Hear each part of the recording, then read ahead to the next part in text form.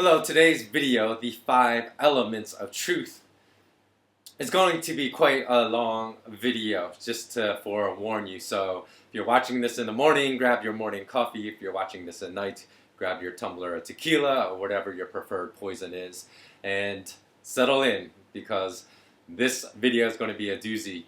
But before you say, oh, this video is so long, I'm not going to watch it, let me tell you that this video was thousands and thousands upon thousands of hours in the making. In other words, it's my thousands of hours training in martial arts. It's my thousands of hours of life experiences. It's my thousands of hours of material I've read in books that have given rise to what I feel like are the 5 elements of understanding truth in your life. So if you actually make it through watching this video, and I think this video will tie together all the videos on our Smart Knowledge U YouTube channel. So if you've had a prior video that you disagreed with, I encourage you to watch this video, then go back and watch the video that you remember disagreeing with and see if your opinion might not have shifted.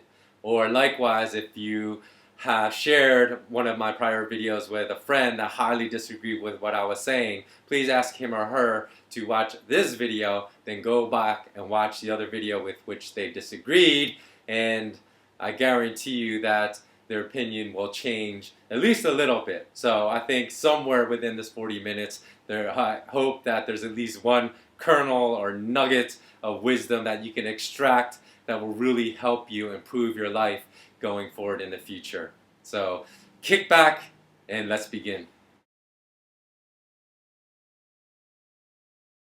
So number one, how to always tell the truth. You have to realize that the frameworks through which the majority of information is passed through today, and especially mass media, are deceptive. So if you are getting your information from a framework that is deceptive, then obviously everything you believe is going to be a lie and not the truth.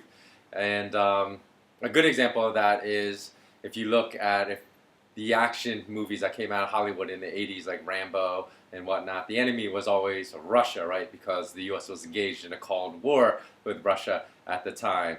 But when that situation was better because Reagan negotiated, nuclear arms disarmament with Gorbachev at the time and so forth. Then you saw that kind of propaganda disappear, but now it's back again with what's going on with Putin and Ukraine and whatnot. So because relations between Russia and the US have been deteriorating now for several years, you see again Russia being depicted as the enemy in movies like Mission Impossible and so forth. And also China, because of their favoritism towards gold, is also being framed as the enemy, because I know that many of you that watch my YouTube channel here remember when Timothy Geithner was the Treasury Secretary of the United States. He was always blaming China for the world's economic problems. So he's trying to frame even though at the time as Treasury Secretary he was destroying the value of the US dollar consistently, he was trying to get Americans to blame China for the woes in America instead of to blame him, the true culprit, and the Fed Reserve, the true culprit. So when information is framed in deceitful terms, then if you cannot recognize that your framework is faulty, then you're never going to understand the truth. So an interesting consequence of what I just spoke about is that on a lot of the videos I have on this channel, when people disagree with me, their number one assumption, although as an Asian I could be so many different things, right? I could be Japanese, Filipino, Indonesian, Korean, which I am, but people always assume in their comments, I notice that they assume I'm Chinese, because that is the current framework, that people's mindset that they have. They say, oh, if I disagree with this person, because their mindset has been polluted by the mass media to believing this war between the US and Chinese, then they're going to assume that I am Chinese. So you can see the deceptive framework in action, in how it molds their perception of things. In other words, how it drives them to assuming that I am Chinese when I'm not. So, for example, if the U.S. was at war with Korea, say right now, as it has been in the past, then I guarantee you all the comments would be that you can't trust this Korean guy. Although they would just be right by default in their ignorance just because of how the framework would be working at that time. So some people have asked me, so how did you get to understand the truth about these things? How did you get to understand that that a lot of what is being presented in the Western media about Ukraine is false and propaganda? Well, number one, like I said again, because I know the frameworks through which information is being delivered to me are faulty. So my assumption is, because I know the framework is faulty, that the information I'm getting from the mass media about what is happening in Ukraine is not true. So therefore I go digging to understand the truth. Same thing, because the video I made that preceded the one about the Ukraine was about how all the big banks like Goldman Sachs and JP Morgan and Barclays were all denigrating gold at the end of 2013, saying that gold was going to have another terrible year, 2014, and that it was going to go challenge the $1,000 an ounce resistance level and most likely break it and keep going to $900 or $800 an ounce. And I said at the end of 2013 that that was a bunch of rubbish. And also at that time, the sentiment towards gold and silver mining stocks, where that this mining sector was dead. You should dump all your stocks because the mining stocks, because they're never going to come back. On the contrary, I told my clients that they should hold on because we are going to, and these were my words, I said we're going to see a very, very robust start to 2014 in all gold and silver assets. And since that time, a lot of the gold mining stocks that we have in our portfolio have gone up literally 50, 60% in just a couple months. So people say, how did you know that was going to happen? And again, it's just understanding the frameworks of how information is delivered. If you're getting your information from big bullion banks who obviously have an ulterior motive for saying what they're saying, because if the euro and the dollar keep weakening and people pull their money out of the stock market, then these banks are going to have a hard time surviving. So they want to keep your money in stocks. What's the best way to say that or to accomplish that? The best way is to denigrate gold and silver so people don't pull money out of the U.S. stock market and put it into assets that will actually protect their wealth going forward. Now, the interesting thing about what's going on in Ukraine, I've known for a long time because I did a lot of research on my own, spent years reading lots of books about journalism, so I know that there is a phenomenon in journalism called self-censorship. And what this basically means is that through time, journalists learn what they can and they cannot write about. So they start to self-censor themselves because the ones that really put the truth out there, if they're under the umbrella of a mass media distribution network, they see that they don't get promoted and they start getting assigned to stories in the fringe and that their careers will never take off. So they start self-censoring themselves so then they could climb up the corporate ladder. But unfortunately then that means we don't get the truth. So there's only on rare occasions, usually with a star reporter, is a star reporter given some leeway to tell the truth. Otherwise, the atmosphere of self-censorship is still very much alive and well in journalism today. But the interesting thing is that people self-censor their own news, meaning the media already does it for us, right? So we don't get the truth, but the truth is out there. Just the internet is a wonderful medium to discover the truth and get information, but because people are obtaining their information from faulty frameworks and they can't recognize that, they don't actually make the effort to find out the truth, so they self-censor themselves. So let me give you an example of what I mean. I was talking to a friend several months ago and I said, it's really ironic when you think about it, but most people are going to be born into this earth and then die believing a majority of information that is not true. They're going to go through their whole lives believing stuff about money, economics, politics, war, religion, all of which are lies, and they're going to go to their grave believing they are true. And he looked at me like I was crazy, and he said, I really, really doubt that is true. And so I told him, okay, well, tell me one of your firm beliefs that you have right now that you know beyond a shadow of a doubt that is a fact. So he was taking some time to think. So I said, okay, well, give me a truth about your religion. One thing you know is an absolute fact. So he said, okay, that's easy. Okay, Christmas is the birthday of Jesus. I looked at him and I said, you know that's wrong. And he's like, what are you talking about? I said, if you take the top biblical historians today, the most respected biblical historians in the entire world, there is not one of those historians that will tell you that Jesus was born on December 25th. In fact, all of them, 100% of the most respected biblical historians in the world today will tell you Jesus was definitively not born on Christmas.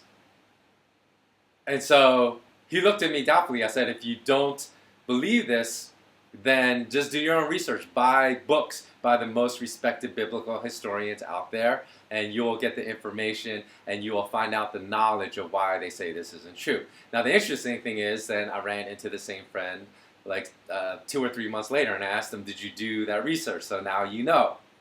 And the interesting thing is that he had not actually gone and done this research. So something that he had believed for about 30 years of his life, or more than 30 years of his life actually, that he found out was a lie. He wasn't even willing to go and do the research to find out why, because that is the most important thing, is to then, once we find out something is a lie, we got to find out why it is a lie. So when we find out that in Ukraine or in lots of countries in Latin America, why the protests are being framed in the lie that it's a fight against government corruption, if we take the time to find out why are we being told these lies, then we understand it's about power and money. So those two are intertwined. They're usually inseparable. When it's about money, it's usually about power and vice versa. So that comes to point number 2. So how we really always understand the truth is to maintain your curiosity. Number 2 is that we always have to remain curious. We have to retain a childlike curiosity, which is very, very different than being childish, right? So there's a huge distinction, but I think that being childlike in your curiosity will help you understand the truth. Now, it's really interesting because I've actually had friends say to me sometimes, you're just like a kid, because I ask a lot of questions. But they would say kind of, in a jestful, playful manner, but almost like it's a bad thing, which is crazy, right? To be inquisitive is bad. To ask lots of questions is bad, because it's only the people that are arrogant enough to take the position that they already know so much that usually never get to the truth, right? Because I'm sure we all know people like that, right? They have a very firm opinion based upon nothing. In other words, based upon a zero experience. For example, when I was getting my business degree and in business school, I had a roommate. We were talking just about, I think something came up on the news about somebody in a poor urban area that robbed a store and shot someone, and he turned to me and he said, look, these kids that do this, they're all thugs. There's no saving them. There's no turning around their character. You should just all throw them in jail and lock them away and throw away the key. And I looked at him. I said, like, really? That's really what you think? You think that even teenagers at 16 years old or 17 years old are irredeemable, and you can't salvage their character? They can't change at that age? And he said, yes. And I said, based upon what? And he's like, I know. I said, I know is not an answer. I said, based upon what? What is your experience? Have you, first of all, I said, number one, have you ever gone into neighborhoods like the one depicted on the news? And have you ever talked to these kids? You said, no, never. I said, number two, have you ever spent any time working with kids like this that just don't have lots of opportunity, that are at risk because they came from either single parent or no parent home, had parents that were addicted to alcohol, drugs? He said, no, I've never spent any time, but I know. I said, no, the only thing I know is you're ignorant. Because I said, number one, I spent years and years working with at-risk youth in Philadelphia. I have spent years in Los Angeles mentoring gang members. And you say, you think I'm not calling myself an expert, but at least I have over a decade working with kids like these, and you think that you are an expert, which is crazy, right? And so, again, it's that curiosity to really explore things before forming such adamant, inflexible opinion. It astounds me how people have such an adamant, inflexible opinion about something and think, not only think, they know they are correct in their assessment of the situation with zero experience concerning the topics that they have such a strong opinion about. So, like, we always hear that kids are like a sponge and they soak up everything. My friends with newborns always tell me, oh, like, my babies are just learning so fast. It's crazy how quickly they learn. And so we always assume as adults, right, that there's something biological that happens, right, that adults can't learn as quickly as youngsters or toddlers because there's some kind of neurological change. Maybe the neuronal synapses in our brain die and there's less of them as adults, or maybe the speed of neurochemical transmitters through our brain decreases as we get older. I don't actually know if that's the case. I haven't read enough scientific papers out there to see if that's the case, but I'm saying that we assume these things without knowing that they're true.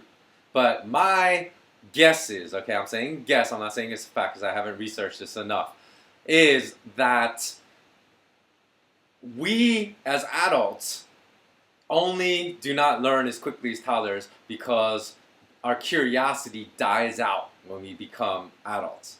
Now, we are even told stories in the West. I don't actually know if this exists in the East, but in the West we always hear, and I know I mentioned this in a previous video of mine, that curiosity killed the cat, right? We hear that. Cats have 9 lives, but they're always dying because of how curious they are. So it's a very subtle way that people that don't want you to get to the core of the truth, that want you to go through your whole life blind, are able to influence kids to not be curious. Now, I would think, for example, one aspect we always say kids can learn a lot more quickly than adults is language, right? Because we see how quickly kids pick up new languages at a very young age. But when you think about it, why are they learning so fast? They're learning so fast because they're asking so many questions, right? They're sitting at the table. They don't know how to say fork or spoon in different language. They say, Mommy, what's this? Daddy, what's this? They're always pointing to things. What's this? What's this? What is this? But as adults, do we do this when we're trying to learn a new language? Even if we're amongst friends that speak that language, are we asking them? Like, what is this? What is this? How do you say this? How do you say that? How do you say that? Maybe kids learn at a much faster pace because they're constantly curious, right? And as an adult, because I know, because I have actually demonstrated that kind of curiosity, the same level as a toddler, then people say to me, like I said before, hey, you're just like a kid, always asking so many questions. But again, we have to get back to the point where curiosity should be seen as a positive in adults and not as a negative. And that's how we keep learning at a linear pace, because I don't think adults learn at a linear pace. I think as a child it's exponentially, and then you get to kind of like you reach a resistance level and then you're probably just flat and you're learning, and then it actually kind of falls and dies away because adults just don't have that level of curiosity anymore. It's a shame. So people always assume too. So someone who's 30 would always assume, because they've been alive twice as many years as a kid that's 15, that he's twice as smart, because they think that intelligence is linear. But I'm here to say that intelligence is definitely not linear. I have met 15-year-old kids that are twice as smart as a 30-year-old person. And vice versa, I've met, and it should be that way, I've met 30-year-olds that may be 4 times as smart as a 15-year-old kid that just plays Xbox and Wii all day, because this adult is reading voraciously all the time. So it's not a fact of that you just grow old and become stupid. I think it is just comes down to maintaining your level of curiosity to understand what the truth is. So number 3, that ties the first 2 together, how to always get to the core of the truth, to let go of ego, right? Because the people that know that they don't know a lot are usually the much more intelligent people in my eyes than the people that are always thinking they know a lot when they know nothing at all. So people, like one of my friends the other week asked me a question. He's like, how did you learn all this stuff? How did you get to understand this truth? I think there are 2 things. One is just culturally, because I grew up in Philly. Philly is very real.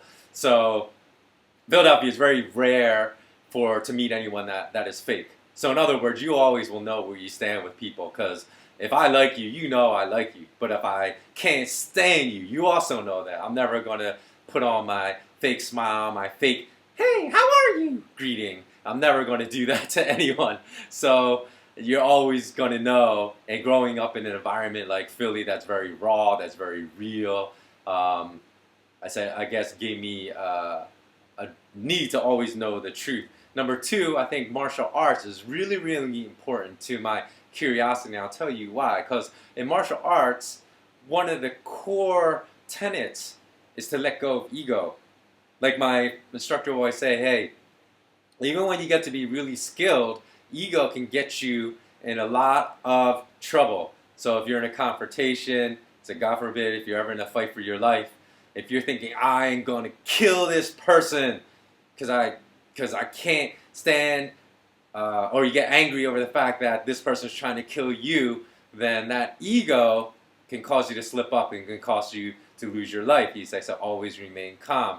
He said, on the other hand as well, he said, okay, you might be skilled at this point. I guess he was talking to first Dan black belts, second Dan black belts. You might be skilled at this point to easily handle a person that hasn't been trained. Maybe handle 2 people, okay, that haven't been trained.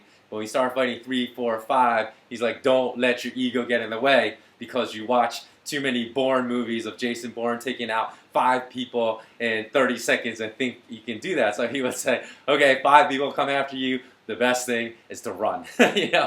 So he's just like, be smart about it. Don't let your ego, he's like, if you have an out and you can just get away by running, don't let your ego get in the way and say, oh, I could take these 5 people, just like I've seen in the movies, just like I saw James Bond and Jason Bourne do. It's like, no, don't let your ego get in the way. So, and a lot of people let ego get in the way of understanding truth, right? Because they have held a certain belief for so long in their lives that they're not willing to question it, because what is going to be hurt is their ego. They're going to have to tell their ego, I can't believe I don't want to use like ignorant, but just not inquisitive enough to really find out the truth about this thing I believe my whole life. So they're not willing to let go of lies.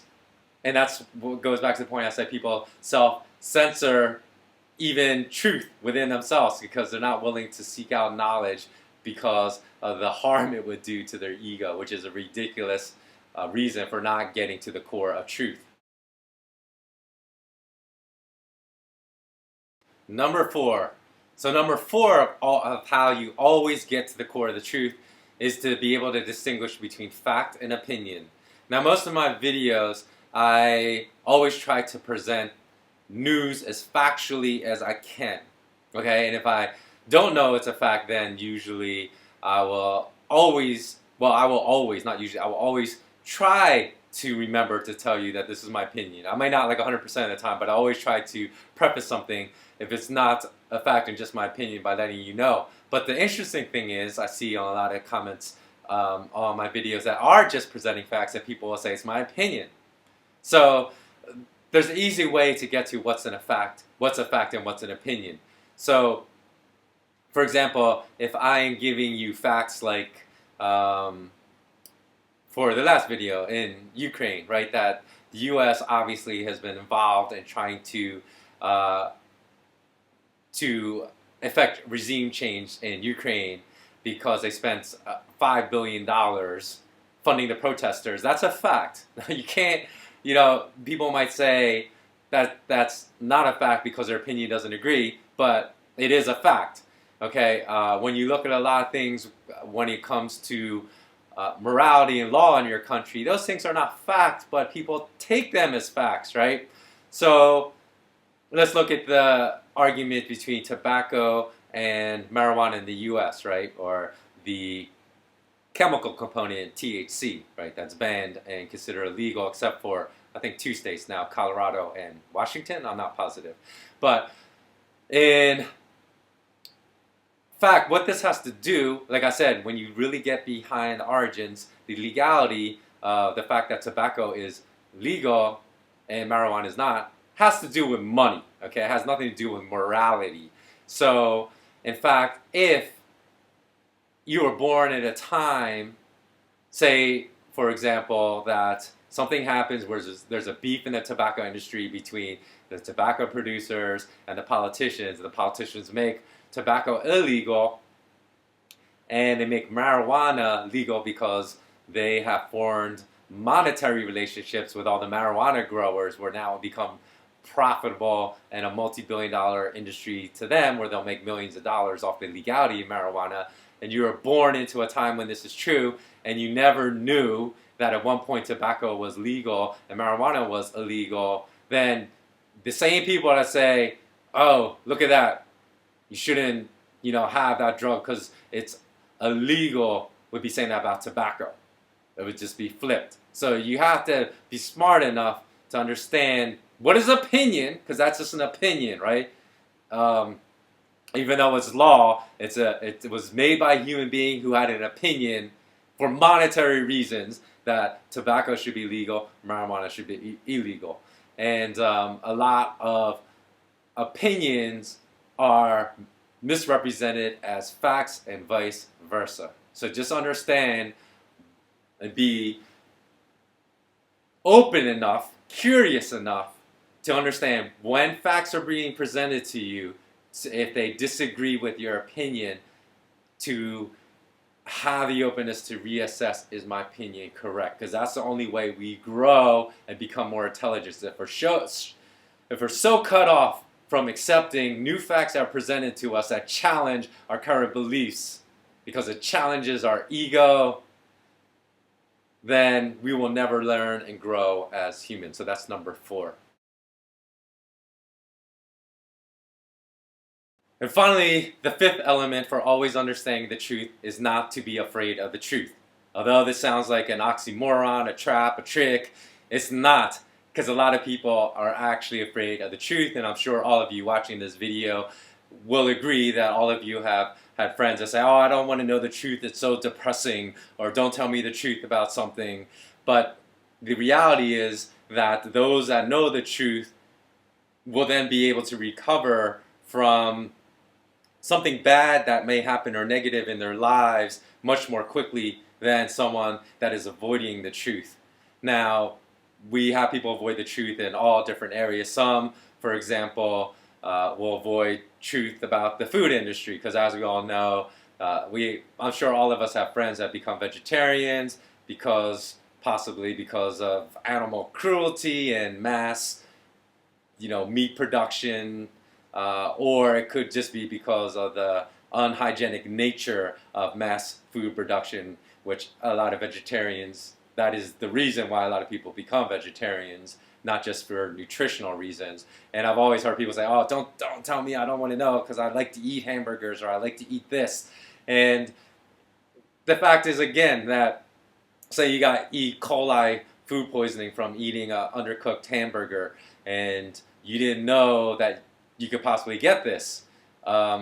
So you will spend days not knowing what's wrong with you, or possibly some people have died from E. coli food poisoning. But if you knew, then you could go to the hospital right away and even suggest to the doctor maybe this is what had happened. You can recover more quickly. So understanding the truth always benefits. I don't understand why people always say it's so depressing to know the truth, because anytime you go in a negative situation. Second example with finances. At the end of last year, when a lot of the bankers were putting out the notion that the mining sector was dead, never come back, you better sell now at the end of the year, even if on paper you have lots of losses with the mining stocks, because gold is going to go down even further and these mining stocks are just going to all go to zero. But if you understood the truth, see, we all went through a painful period in 2013 for those of us that own gold and silver, but if we knew the truth, then we knew to hang on, because there'd be a very, very strong rebound to start 2014. And I didn't just tell my clients this, my paying clients, because you can go on my blog and you can see that I wrote articles to this effect at the end of 2013. And those that held on to gold and silver assets now have made a very, very strong recovery this year. So understanding the truth is always better than not understanding the truth. So it is a definitive that you should not be afraid of the truth. So I think another reason, actually all the 5 elements kind of tied in with one another, because I think a reason a lot of people are afraid of the truth today is also you shouldn't be afraid to look stupid, because I think people are afraid of looking dumb, right? Because a child knows how much he or she doesn't know. But as adults, even though we don't know a lot, because think of how much information is out there. It's impossible to be an expert in everything. You always are going to be learning until the day you die. And there's going to be truths, new truths you learn every single month, or at least you should be. But a lot of people don't want to pursue the truth just because they're afraid of looking stupid by asking so many questions, which comes back to ego. So it all ties in with one another. And I do admit today it's so easy because we are given so many distractions. That's why people said the Romans were able to hold their empire by all the deceit that they put out there amongst the masses through their bread and circuses. And today we still have lots of circuses. Social media is a huge circus of how people are kept distracted and from understanding the truth. Because I guarantee you that people out there, for example, there's 2 professions I can think off the top of my head, like actors and professional poker players. I guarantee you they don't spend a lot of time, if any, on social media, because their jobs depend upon understanding human nature. And getting 1,000 fake friends on Facebook so you can impress your other friends by looking so socially popular when you've never spoken to any of these people is not how you learn about human nature. You have to interact in person with other human beings to really become an expert on human nature. And also in acting too. To be a good actor, of course, you have to understand human nature. You don't get that through interacting with people through WhatsApp, Line, Weiwa, Facebook. You get that through face-to-face human interaction. So I would say cut out social media if you really want to get to the truth as well and start interacting with people on a more human basis and face-to-face basis. And why I'm so adamant on that point of just not spending hours and hours and hours on social media every day.